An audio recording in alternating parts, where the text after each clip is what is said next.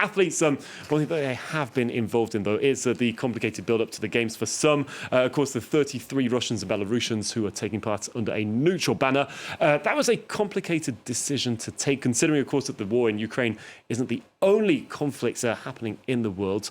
But last week, we got to speak to the president of the International Olympic Committee, that's Thomas Bach, who shed some light on how the IOC managed to come up with this decision. We will have a very complex and have a very complex geopolitical situation with wars and conflicts. But in such times, the Olympic Games and the values and the mission of the Olympic Games is maybe more important than ever.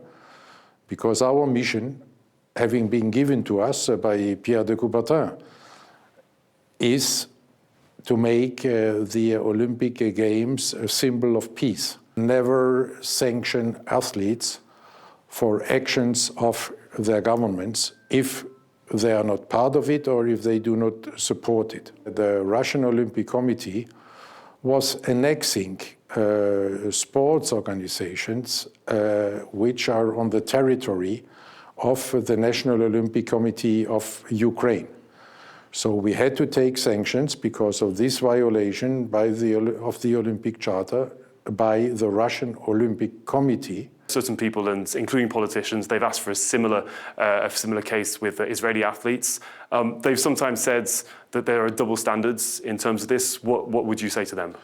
No, there again, the Russian situation is very different from the Israeli-Palestine situation. And we have maybe a little advantage over politics here, because in our organization, in our Olympic movement, we have the situation most of the governments want to create.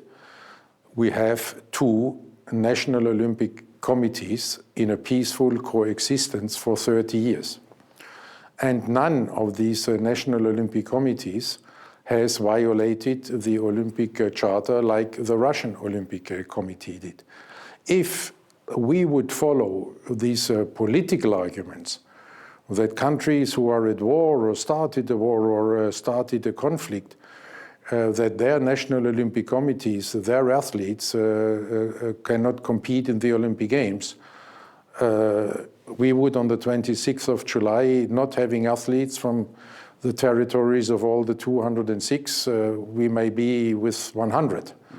National Olympic committees. And that's against the mission of the Games, to unite and not to add to division.